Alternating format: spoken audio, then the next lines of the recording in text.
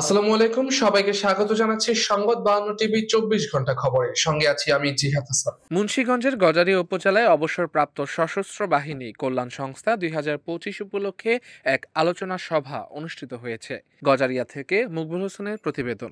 শুক্রবার সকাল 9টা থেকে দুপুর পর্যন্ত জনপ্রিয় রেস্টুরেন্ট অ্যান্ড পার্টি সেন্টারে এই সভার আয়োজন করা হয়। সভায় সভাপতিত্ব করেন সশস্ত্র বাহিনী কল্যাণ সংস্থার সভাপতি senior warrant officer Mohammad Shamsul ইসলাম।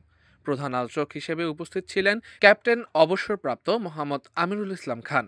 সাংগঠনিক আলোচক হিসেবে উপস্থিত ছিলেন সার্জেন্ট অবসরপ্রাপ্ত মোহাম্মদ মুজিবুর রহমান এবং আলোচক হিসেবে ছিলেন সার্জেন্ট মোহাম্মদ আলমগীর দেওয়ান। এছাড়া 8 ইউনিয়নের সম্মানিত সদস্যরা বিশেষ আলোচক হিসেবে সভায় অংশ নেন। আলোচনা সভায় বক্তারা চাকুরিকালীন স্মৃতিচারণ, অবসরোত্তর জীবনে সমাজ ও দেশের প্রতি দায়িত্ববোধ এবং সদস্যদের পারস্পরিক সহযোগিতা বৃদ্ধির বিভিন্ন দিক তুলে ধরেন। সভা শেষে সংস্থার উদ্যোগে সদস্যদের অংশগ্রহণের প্রতিযোগিতা ও র্যাফেল ড্র অনুষ্ঠিত হয়।